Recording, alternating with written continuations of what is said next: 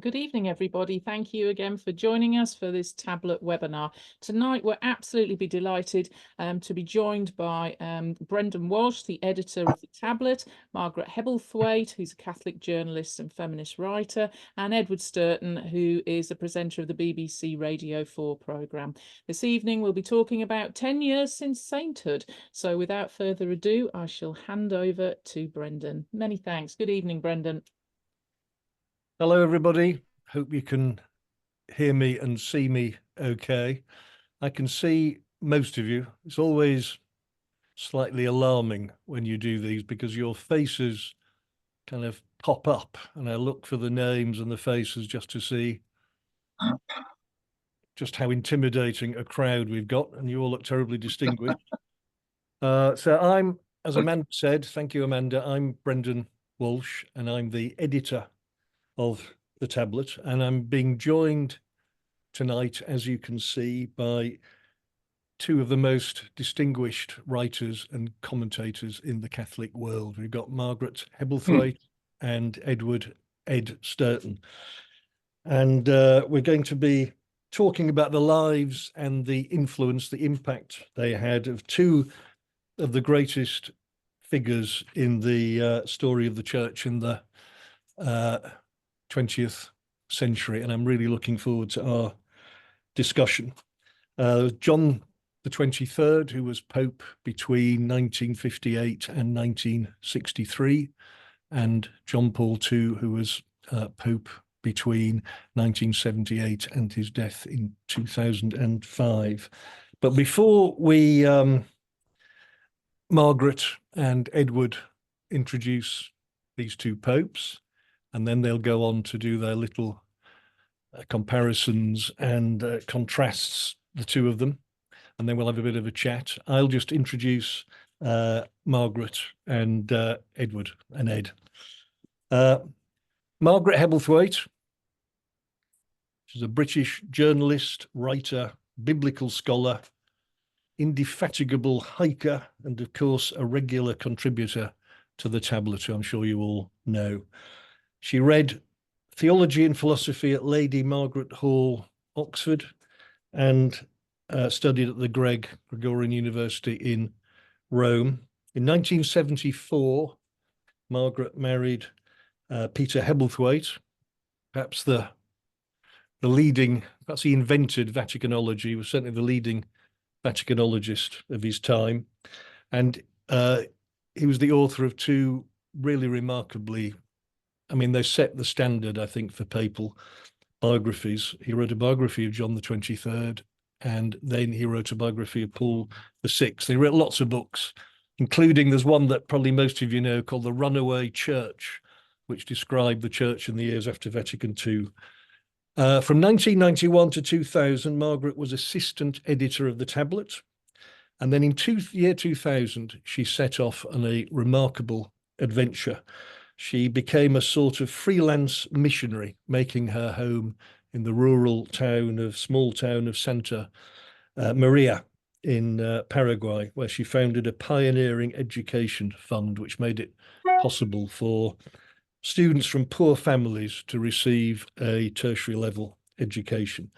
And Margaret, as you probably all know, has written several books, including Motherhood and God, particularly brilliant book, and of course the definitive travel guide to Paraguay.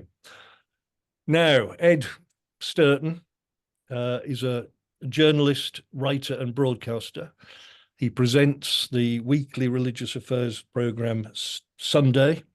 He's also written and presented many television and radio documentaries for the BBC on politics, foreign affairs and religion.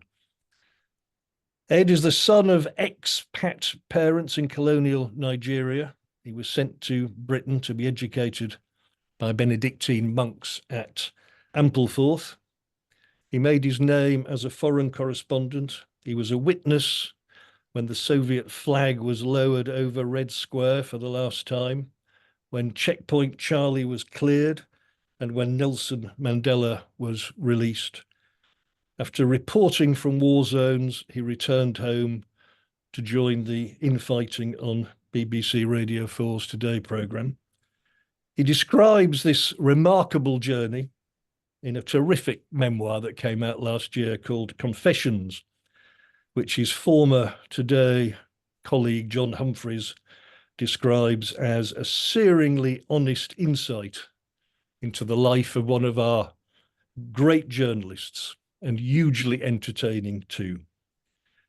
Now, in April 2006, a year after the death of John Paul II, Ed published a biography of John Paul II, Man of History.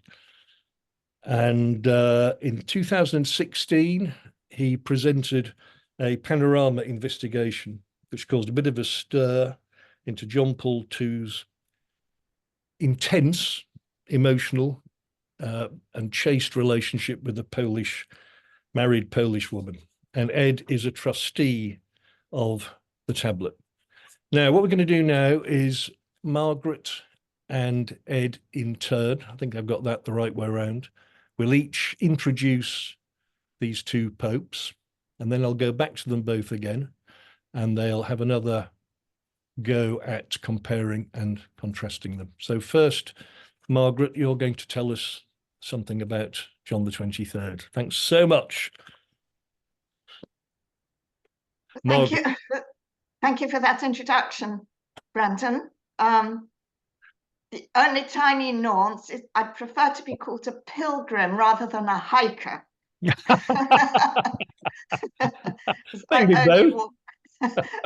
walk with pilgrimage intent. Right. Well, tell you about John the 23rd, Angelo Roncalli, as he was born. He came from a very poor family, north of Italy, so poor that he said they never had bread on the table. They only had polenta, and they only had a slice of cake at Easter and at Christmas. But a devout family, and he then went to seminary and was ordained in due course. Rather interesting thing about him is he really is and was and always was a pastor. That was his great gift, was pastoral work, relating to people in a pastoral way. And yet he wasn't a parish priest. His first job was to be a secretary to a bishop in Bergamo. And then he got sent off to Bulgaria as an apostolic visitor. And then he got sent to Istanbul. So it was decades away from Rome, being a diplomat, not a pastor. Or, I'm sure he was a pastor in the process of that, but it wasn't like in the forefront of his job description. And then a nuncio to France, Vatican observer to UNESCO. And then when he got back to Italy, it was to be Patriarch of Venice. So it went straight up to being an archbishop at that stage. And he was on 3 Vatican congregations. But that might seem a rather sort of typical CV for a future pope, but he didn't actually want to be a cardinal. And he said, he didn't really want to go. And he thought initially he would be going to Rome rather than Venice, and he didn't want to. He said, I'm happy in France. And he said, all those meetings in Rome, it's not what I'm good at. I'm a pastor, really. And anyway, then he got elected when Pius XII eventually died. And in the thoughts of many of the cardinals was to appoint a caretaker pope. They'd had a long time with Pius XII, 19 years, and Roncalli was 76, nearly 77 when he was elected. So the idea was nothing much would happen, but you'd have a few years grace. Well, they could sort of look around and make sure that it wasn't a progressive who got in. And then he did this amazing thing of calling a council, which most people thought was a mistake, including Montini, the future Pope Paul VI, who said, this holy old boy doesn't realize what a hornet's nest he's going to stir up. But then Montini became, as the council developed, he became a very strong advocate of it, and very much a colleague. He was already a colleague of Roncalli, but even more so, and then became the next pope on the specific agenda of carrying forward the Concilia program. And it's very intriguing. The question was John a progressive or conservative? I mean, we might all assume he was a progressive because so many progressive things happened when he was Pope, but that's not really so. He wanted the council because he wanted to sort of let the Holy Spirit rip through the church. He trusted very much, not only in the Holy Spirit, but in other people. And he didn't have an agenda for it. Now, Pius XII had considered having a council, but Pius XII's idea was a council to correct errors and to sort of, put people on the right track, which Pius XII, knew. Then he realized he didn't need a council to do that since he could do it by himself anyway. And that's completely the opposite to John the 23rd, who wanted a council because he didn't really know what track the church should be on, except that you must trust people, you must be optimistic. It's good if people speak their minds. And he very much wanted an aggiornamento. Interestingly, became sort of a slogan word for him, but he wasn't the person who first used it. It was initially used in the context of updating canon law. But he's a great believer that you would have an aggiornamento not by condemning errors. He said, errors will vanish as the mist before the sun. What you need to do is trust and listen to people. And you could see little hints of this before he became Pope.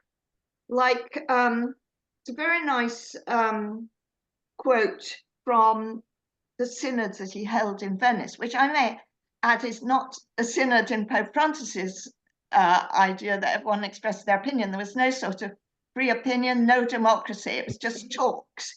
But Roncalli, in his talk, said, authoritarianism stifles life and leads to a rigid external discipline and to complicated, harmful over-organization. It represses legitimate initiatives, is unable to listen, confuses harshness with firmness, inflexibility with dignity. And then he said, paternalism is also a caricature of paternity. It keeps people immature in order to maintain its own superior position. So that was very much the kind of Pope he was. It's very interesting, that kind of language and trust that he had. He was very charming, very affable, and the kind of thing he did was, to make people feel relaxed in his presence. He would tell them how his brother had been caught poaching. Now, the curial cardinals didn't like this kind of talk at all. They were forever slightly editing things he said so as to cut out things that could be misconstrued or cause problems. And so another talent that he had, he was to recognize good people. So, I mean, it's very interesting, the conservative tendencies of Roncalli were immediately before the council, he called a synod in Rome. And this was just perfectly dreadful. The synod in Rome decided that priests should wear their cassocks, have tonsures, should not go to the opera, should only go in cars if it was necessary, and never alone with a woman. And then even in his early years as Pope, he published 4 very conservative encyclicals. And when it came to the council, the Curia drew up all the schemata. These were the preparatory documents. which they wanted then sort of to be approved by acclamation. And John said, no, no, no, people have got to talk about them, but don't worry, because he said, I think the schemata will then be accepted unanimously. Well, he couldn't have been more wrong about that. But so he really didn't know what was coming. But that didn't mean say he was disappointed by what was coming, because it wasn't that he had his own agenda. He wanted the people to make the agenda. He wanted to listen to people. And listening to people, he was able to recognize good people. And then, he began to trust them more in the context of the council. So you had, for example, Cardinal Beyer, who he then appointed to forward the cause of ecumenism, and that became very influential. And Cardinal Sunens, who then became a sort of confidant of John during the council. And he was the person who said, don't make the council all ad intra, all about internal affairs. It's got to be ad extra as well. That's to say, speaking to the world. And then Schillebeeckx also was coming up at this stage. When he read the schemata, he wrote 47 blistering pages, devastating everything that it was saying this whole lot's got to be junked out, which the council did. It then junked out all the schemata. And very interestingly, Kung also was beginning at this time and came up with 7 points. This is in the pre-conciliar discussions that John was inviting. And they all went into the conciliar documents. Kung said, we've got to recognize the Reformation as a religious event. We've got to promote the use of the Bible. We've got to have the liturgy in the vernacular. We've got to have a sense of the universal priesthood, not just the clericalism of the ordained. We have to have a dialogue with other cultures. We have to reform the Curia, and we have to abolish the index of forbidden books. So that was John as a pastor. He did amazing things towards Khrushchev, and who's then heading the USSR. I'm sure we'll talk about that shortly. And was an absolute phenomenon in his less than 5 years as Pope. The classic phrase is he opens the windows of the Vatican and lets the wind of the Holy Spirit blow through.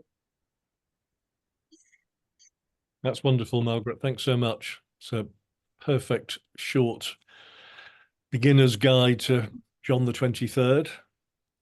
And now with his Ladybird guide to Pope John Paul II, we'll have Ed Sturton. Well, Brendan, in that incredibly, and in fact, embarrassingly generous introduction, you reminded me of the hubris of writing a papal biography in the shadow of Peter Hebblethwaite's absolutely sort of magnificent volumes. But I did it. I began it in the early years of the 2000s and finished it just after his death. And one of the reasons for doing it was a sense I had even back then that the old John Paul, this rather unsympathetic, dictatorial, intolerant, slightly cold figure, the Pope in Winter, I think one of his biographers called him, that there was a real danger that John Paul would obscure and make us forget John Paul the Great, who I think is, you can really give him that name, of the early years of his pontificate.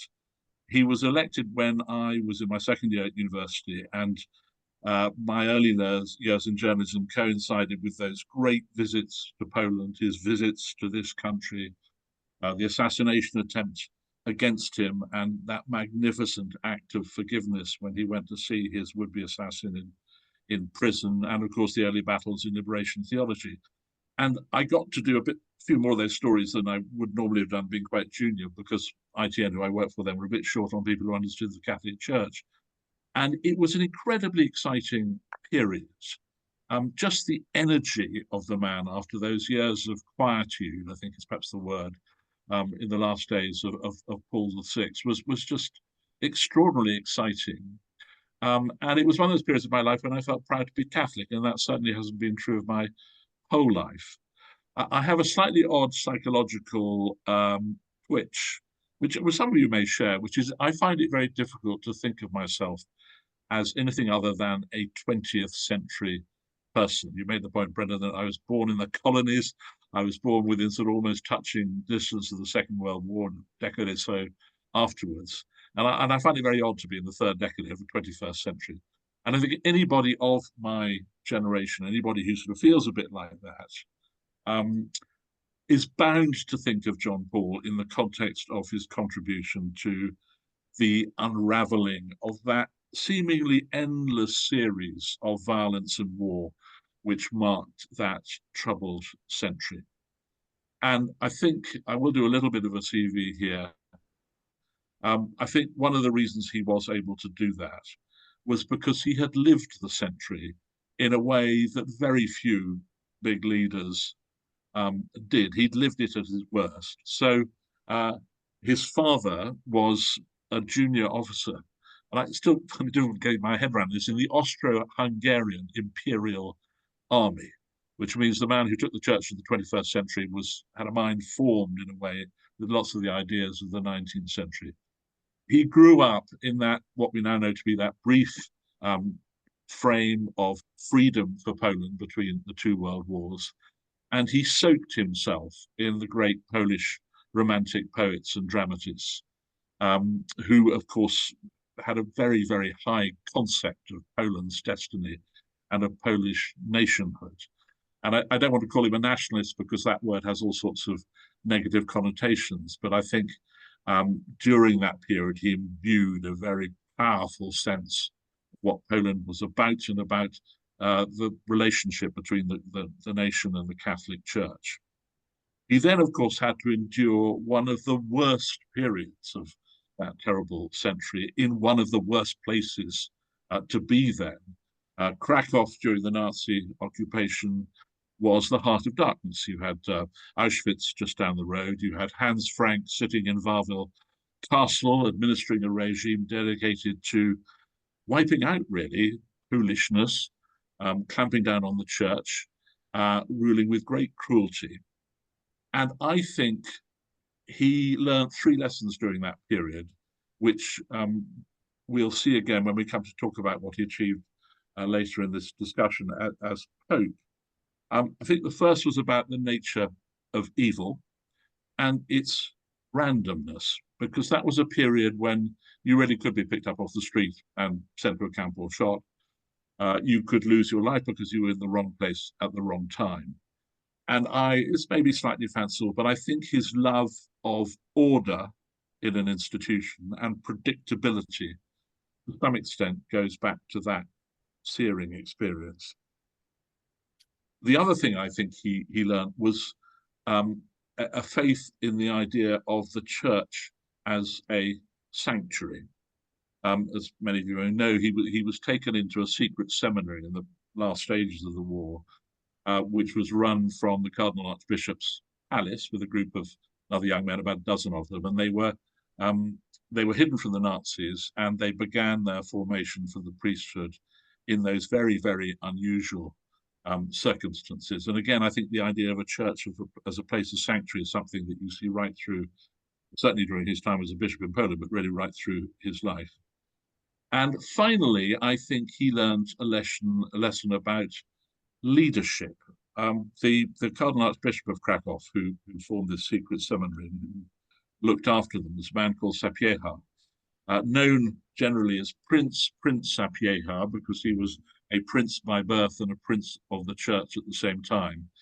And he was a sort of wonderful example of a particular style of leadership of that period. He was aristocratic, autocratic, deeply traditional in his understanding of the Catholic Church and of the hierarchy and of ideas like the importance of obedience, but also absolutely iron-willed and fearless in his resistance insofar as it was possible to put resistance up to the Nazi occupation. And again, I can't help feeling that Karol Wojtyła, this young man who'd lost his, all his family by this stage, who'd been brought into the Archbishop's palace and looked after, saw that as a kind of model, and that's one he followed later. He then, of course, confronts the other sort of great evil of the 20th century, which was decades living in an embattled church, threatened all the time by communism. And again, I think you can see the lessons he took from that. Firstly, a sense that, and this is a contrast, we're talking about contrast to one I know, but with John Paul, with John XXIII, a sense that the church is very often at war with the society around it, but also a confidence that the church can win because it couldn't be suppressed in Poland, try as the communist authorities might. And I think that gave him a sort of confidence in the power of the institution, enormous confidence, which again is a lesson he learned for his later life. So I'm not going to do the whole of the rest of the CV because, you know, it'll come out in our discussion about the contrast. And his papacy was the second longest pontificate, I think, apart from, if we discount St. Peter, but after Pio Nono. But just leave you with the thought that when you look at him as Pope, both as the glory days in the early 80s and in the slightly frostier days in his last years, those lessons from his early life you can see being reflected. Thanks so much, Ed. You've both given us Pilgrim Margaret and Pilgrim Ed have given us two lovely vignettes of these two figures. Now, I'm going to go back to Margaret now and ask Margaret, you've heard Ed, and I know you've read and know all about John Paul II. How would you compare and contrast Pope John the 23rd with Pope John Paul II? We have some very simplistic, stereotypical, sometimes ways of describing one as the great progressive opener up, and the other as the Pope of the restoration of turning back the clock. And I know both of you have got a much more textured story to tell than that. So first, Margaret, when you look at these two figures together, what do you see as where they're in alignment, and what do you think the contrasts are between them?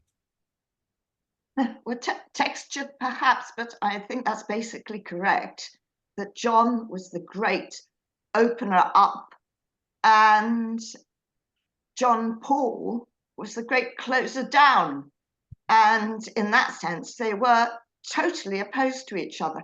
Now, when I say the great closer down, I have to modify that by saying with regard to the Catholic Church, because as far as his relations went outside of the church, he was a great opener up as well. And John Paul the Great, it's not a term I would use myself.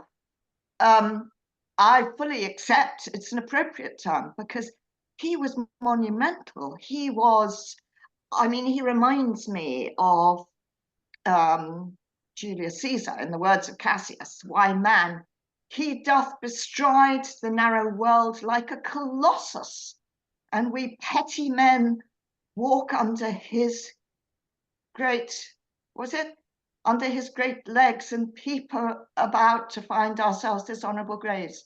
He was a superstar. There's no doubt that he was a superstar. And but then in another way, John was. They were both extremely good with crowds, but in totally different ways. John was very much, I'll come down on your level, I'll chat to you like your grandfather, tell me, I mean, there's a lovely thing when he met Khrushchev's daughter and son-in-law, which it was a terribly controversial meeting. The Curia, like anything, didn't want it to happen. So he managed to get it to happen rather surreptitiously by having them invited to a press conference because the son-in-law was a journalist. And then afterwards they sort of slipped off and had a chat together. And John said, it's beautiful. Tell me the names of your children. I know them already. But when a mother says the names of the children, it just has a special feel to it. So she told him the names. Oh, it's wonderful. And you know, Ivan, your son Ivan, do you know that's the same name as John? And that's the name I took. And when you get home, please give them all a special hug from me. And an extra big hug for Ivan. The others won't mind. Now, you couldn't in a million years imagine John Paul II talking like that. I mean, he kissed the babies, yes, he kissed one of my babies, yes, but totally different style. As we were living in Rome 2 years during his pontificate, we went there with that sense of excitement that Ed describes. This is a very exciting papacy. And my poor husband got more and more depressed and deflated, you know, as condemnation came out after condemnation, and contraception got walloped again and again. And it wasn't what we were expecting. You know, then we had the Leonardo Boff hauled up over the coals and skillibecks, and oh dear. Anyway, that's not to deny that other good things were happening, but John Paul came out with these reams and reams. He wrote at great length, and it was all very boring. And Peter's job was to go into the press office every day and pick up these lengthy texts and wade through them. And then an extraordinary thing happened. I mean, I remember very intently, if I could tell a little anecdote, I was on pilgrimage to Assisi. And as I passed the friar to go into the basilica, he called me back and he said, "Signora, are you a Catholic?" And I said, "Yes." And he said, "The Pope has just been shot." And I said, "Oh my God, is he going to die?" And he said, "We don't know. He's being operated on now." And then I was back in Rome the next day.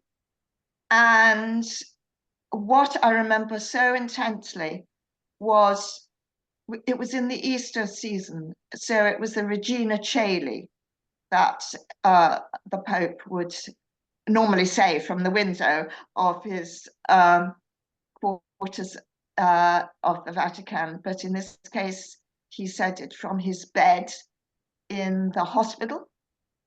And it was absolutely riveting. And I looked up, you know, in preparation for this webinar, his words, because they were so moving. We listened to it again and again. And he said, "Prego, per il fratello che mi ha colpito, al quale ho sinceramente perdonato."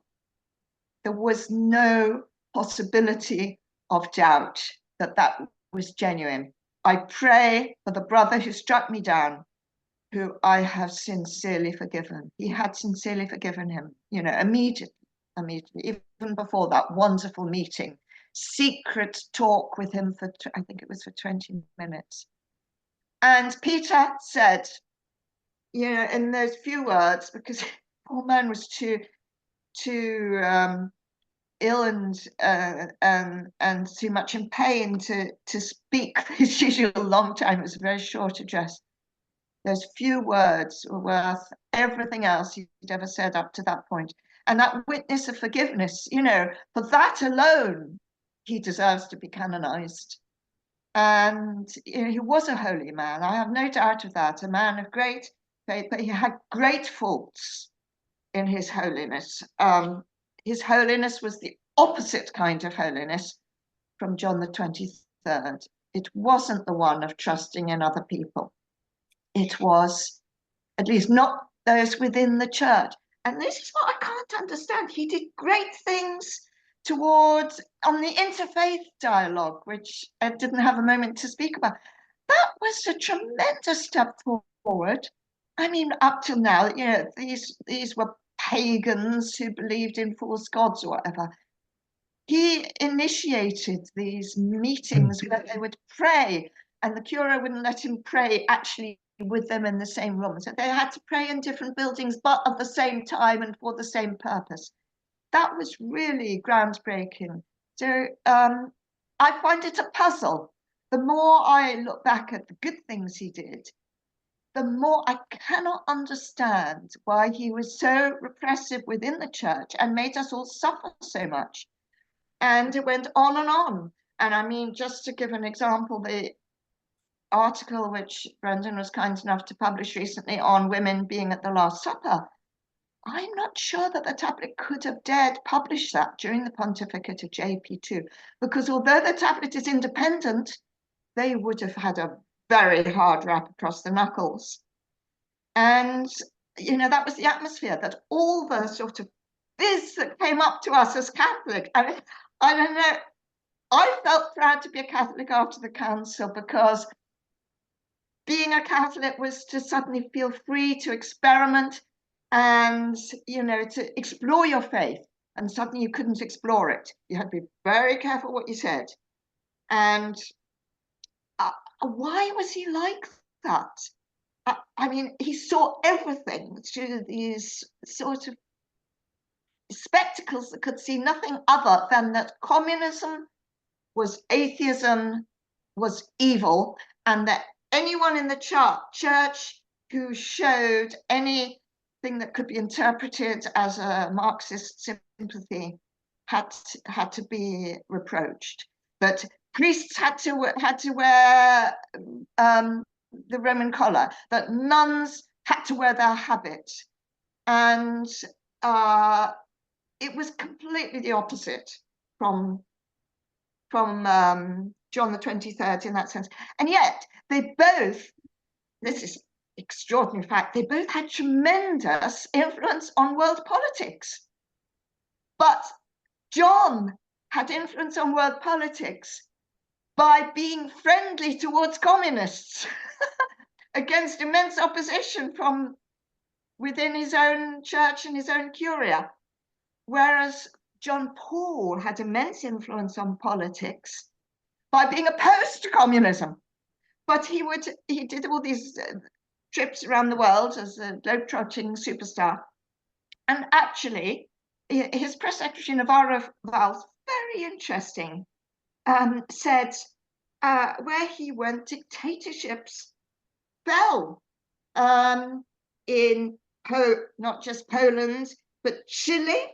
He went to Chile, spoke with Pinochet, and there he went in 87. In 1990, Pinochet stepped aside. He went to the Philippines in 1981. In 1986, Marcos went. He went even to my dear country of Paraguay in 1988. And in the very beginning of 1989, Stroessner was deposed. So in an extraordinary way, he had a very positive influence on world politics, but from the completely opposite standpoint from John the 23rd. And now I must let Ed say something. Thanks Okay, so much, Margaret. I'll just give you three examples, two which I think show the contrast and emphasize contrast which Margaret's talked about, one which perhaps suggests it's not quite as simple as that. And the first may also, it's certainly not going to explain your puzzlement, Margaret, about the kind of extraordinary paradoxes of Paul, but it may illuminate them a little bit. Let's talk about John Paul and the council, because although he's often seen as somebody who tried to dismantle the advances of the council, he saw it as an incredibly important event.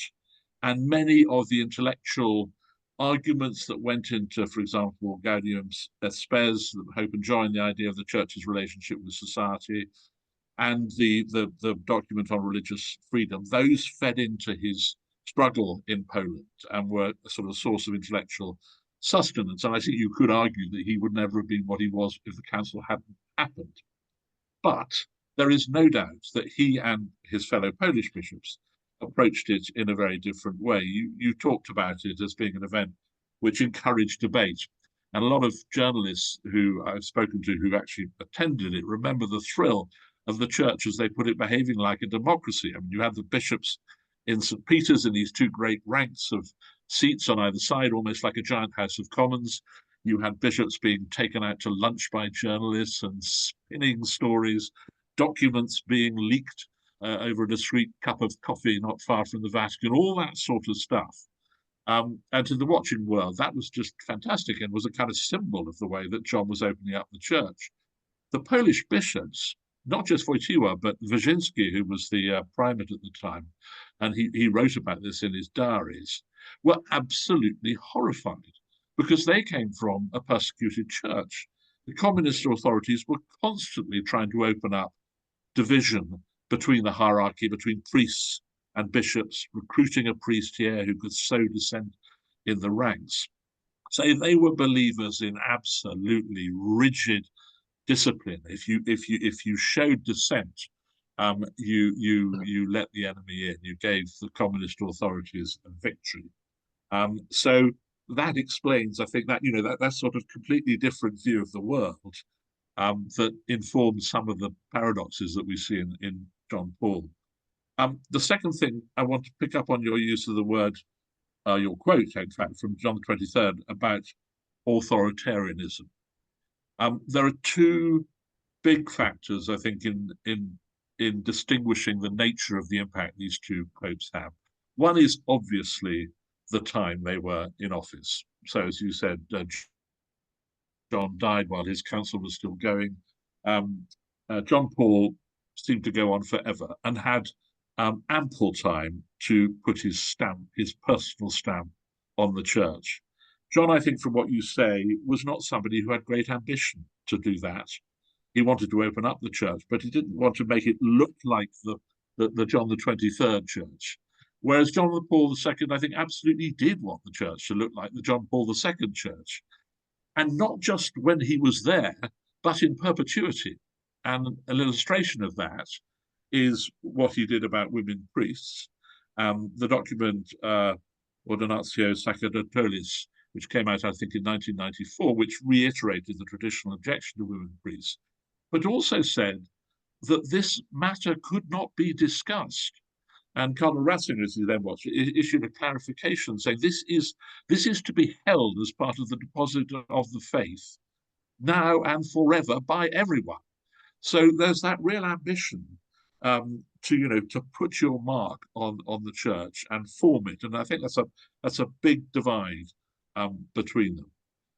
I'm take very slight issue with what you said about the two popes and the communist world, because I think they both shared a vision of Europe, which was similar. John Paul had this idea of Europe being a continent with two lungs, and said that during the communist years, only one lung was really breathing. And I think that's what was part of what motivated his desire to end communism, not just to rescue the church, but to reunite Europe. And I think John was, trying to do something similar with his Ostpolitik, as it was called.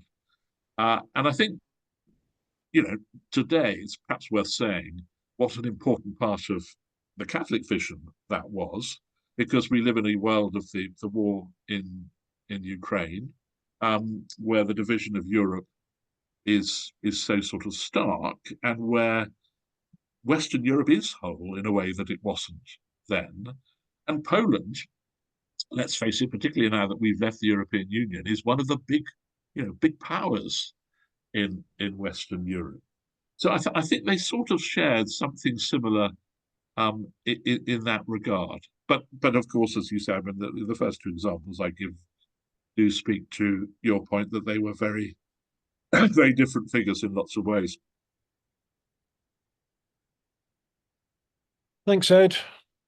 Just to remind people, if anybody has any questions to put to either Margaret or Ed, or to both of them, if you just key them in under that little symbol at the bottom row where you can see the word chat, and you can feed in any questions there, and I'll put them to Ed and Margaret.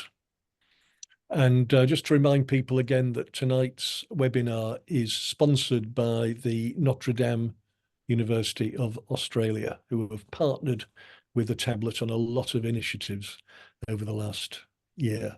They're a great partner of ours, and it's also a really innovative education establishment that's doing a lot of very interesting things. So I'm just wondering what you think, a question that a lot of people have asked, which is, you've given us a sense of the holiness and greatness even of these two men, these two popes. Do you have any reservations, either of you, about the way in which it seems these days that if you're a pope, it's almost like you're a former minister of the government, you get put up to the House of Lords, that within 5 to 10 years of you dying, there's a process of canonization. It's become a bit routine. And that's something quite new, I think, in the church over the last few hundred years, that I think it was it Pius V was canonized about 15 or 1600, and there was a long pause before Pius X, I think, was canonized in the 50s, but that took a lot of time, a lot of effort. Whereas now, it almost feels as if you're not canonized, there's almost a shadow over you if you're a pope. Do you feel any discomfort about, well, first, whether they should have been canonized or whether it happened too quickly? What do either of you think about that? Well, I do. Go for it, Margaret. Go for it. Go for it. All right. I do feel discomfort about this, and I think the blame can be laid fairly and squarely on John Paul II for this, because what was happening before was that Paul VI was cleaning up the list of the saints. It's taking people off the list and reducing the number. Particularly people who were legendary, like St. George. And John Paul II put that into absolutely direct reverse. He beatified and canonized more people in his pontificate than had been done in total in the previous 5 centuries. And his idea was to have a great army of saints. This is an army against the communist hordes, if you like.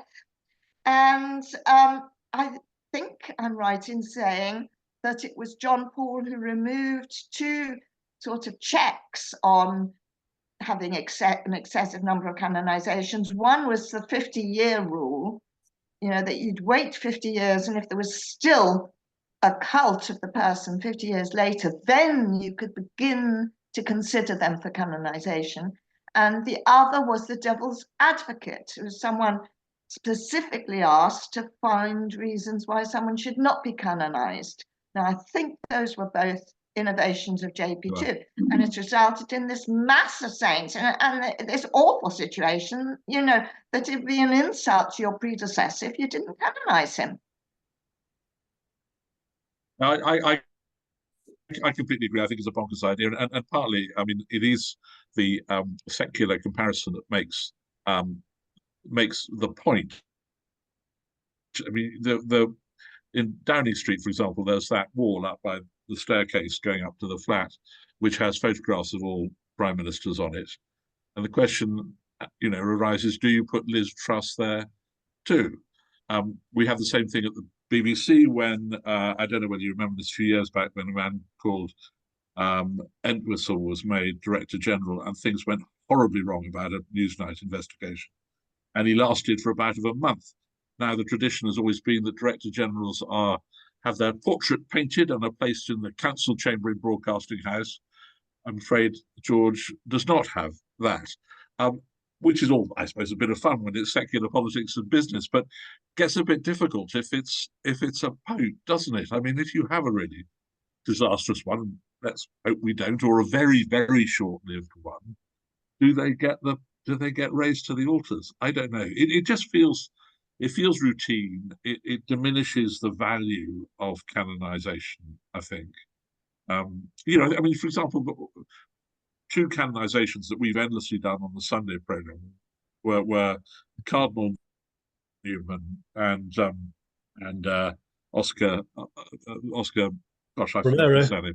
In El Salvador, Romero, of course, Romero, and those two lives are so rich and so full of interest that as the process of canonization advanced, we had such fascinating discussions about who they were and whether or not they deserve sainthood and so forth. It felt nothing like a rubber stamp. It felt like a very rich process, and one that would give rise to real sort of thought and interest and so forth to Catholics everywhere. And I think just, you know, saying you're Pope, you're a saint diminishes that. So yeah, I do think that. I don't know what Francis's record. Brendan might know this. I mean, what's his in terms of numbers? Is he keeping up with JP2, or is he more of a John the 23rd man? I think he's more of a, even more keen to, it would seem, to raise people to the altars than John Paul II. I mean, he's responsible, of course, for canonizing 10 years ago these two predecessors. And that just seems slightly, again, a bit uncomfortable. You know, what is he setting a, not that I'm sure he's too fussed about it. One thing, I was wondering about the two of you, I'm looking at their pictures, the photographs, the portraits of Roncalli and Wojtyła. And they both have a kind of, how would you describe it? I mean, they both look like people who might enjoy a good lunch, perhaps a beer for lunch. They've got a certain, I wouldn't say a peasant cunning or that kind of face.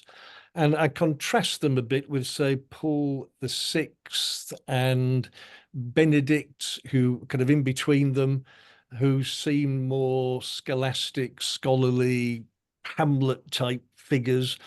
And you get these two more robust country, all very clever people, but a sense of people with sharper elbows, bigger, physically bigger people, and both of them changed things. They stirred things up. They left the church different to what they found it.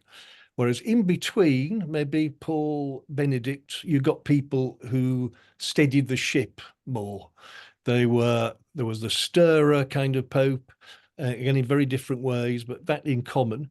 And then you had the, let's just calm things down, more kind of academic sort of book-lined rooms in between the people who had lunch and went for a walk in the afternoon type of pope. And that's one thing I thought was that they might have perhaps had a bit in common. I think the anxiety thing. What do you think, Ed? Well, I was just going to say, I'm not sure. I kind of buy that argument, but it doesn't quite fit because John Paul, he did like a good lunch, but that wasn't really his physicality. His physicality was somebody of enormous energy. Yeah. He loved skiing. That was his great passion. He played football as a young man. Yes, that's right. Yeah. And he, you know, he did have enormous pretensions to be an intellectual. You know, how good his stuff was is another matter. But certainly, you mentioned the program I did about his relationship with Anna Teresa Tymieniewska, and that was a relationship that grew out of their joint passion for a particular form of philosophy. So he saw it, and as Margaret said, he wrote endlessly and quite often completely incomprehensibly.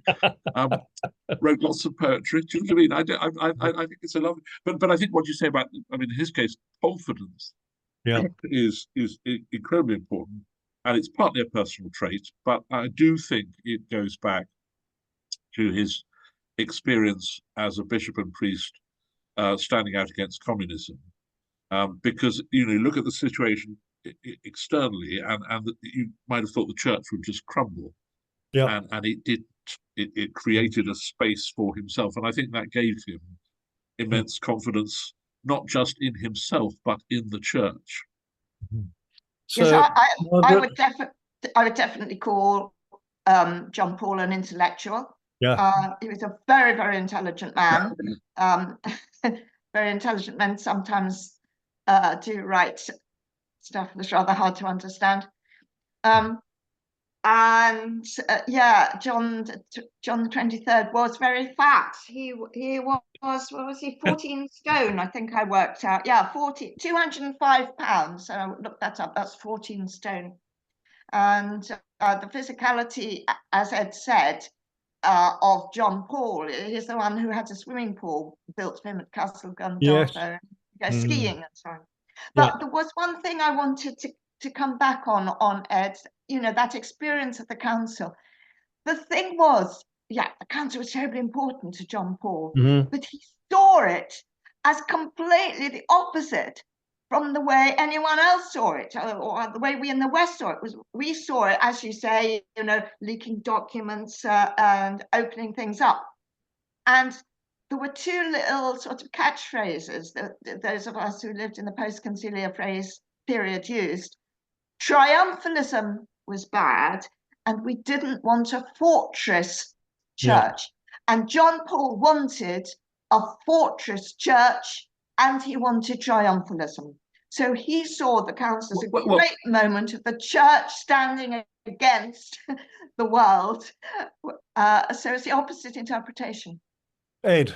Well, it is and it isn't. And again, I go back to the communist experience. Yeah. In the debates on Gaudium et Spes, which, sorry, I know we're running out of time, so I won't go too deep into theology, but in which he played a great part. The idea of the church at the centre of society was something everyone agreed on. And as you say, in the Western church, and to most of us, that meant the church being at ease with society and not being a fortress. Yeah. For him, it meant a reassertion of the fact that the church in Poland should be at the heart of society, despite communism's best efforts to push it to the margins. So it was a reinforcing kind of idea behind the fortress for him because of the different circumstances. Very good. Now, I have got a few questions. They've all come in a bit late. One thing I think Harold Moseley has reminded us of, and of course he's right, is that one of the great changes, wonderful things, not perfect, but a marvelous change of direction of the last, since the council, has been the relationship between the church and the Jewish people. And John, I think I remember him going to a synagogue, and then John Paul II, out of his particular historic experience.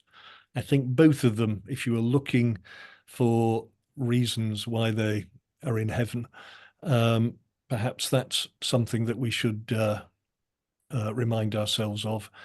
I don't know if either of you want to say anything about that, but the way they led or showed us how the relationship between the church and the Jews had to shift in that period. That's one of the great shifts, I think, over the last 50 or 60 years, that they were fundamental. I mean, they both agreed on, I think.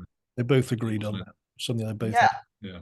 Both agreed, but I have in my notes that it was John Paul who made the first official papal visit to a synagogue when he visited the Great Synagogue of Rome in 1986. So one up on John Paul for that.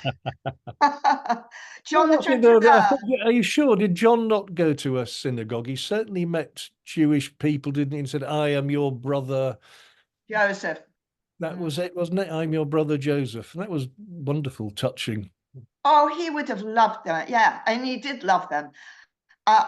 According to my notes, he didn't go to a synagogue. Okay, but you and I must have a look at that, Brendan, and see if I've missed something. Good. Now we've got 1 minute left, and there are a couple of people who asked some very interesting questions. They came in a bit late, and I apologise for not putting those questions to Ed and Margaret. But you've given us a really amazing, fantastic evening. I've enjoyed it so much, and I can see from the faces that I can see how much people have found this so absorbing and fascinating. So thank you very, very much indeed. I really appreciate it. Now we're going to pass back to back at headquarters, back to Amanda. Oh, thank you very much. That was a really good conversation. I'm sorry we couldn't get through all your questions. But what I will do is I'll take the questions and I'll pass them on to the speakers, and maybe they can answer them and I can just email you back. We hate to miss any questions in these webinars, but we do like to finish on time. So as we're at 7 o'clock, I'm not going to do my usual run through thing, but I will say, please do tune in on Tuesday. We have a webinar coming up on Tuesday called Beyond Business, Upholding Dignity in Catholic Universities. It is a Notre Dame sponsored event as well. So thank you very much for Notre Dame for sponsoring this. Thank you to Margaret and to Ed and to Brendan for giving us such a wonderful overview on this particular topic. I'd just like to say on behalf of myself and the Tablet team, many thanks for supporting our webinars, and we all wish you the rest of a lovely evening. Thank you so much and good night. Thanks so much, Amanda. Thanks, Ed. Bye-bye. Thanks, Margaret.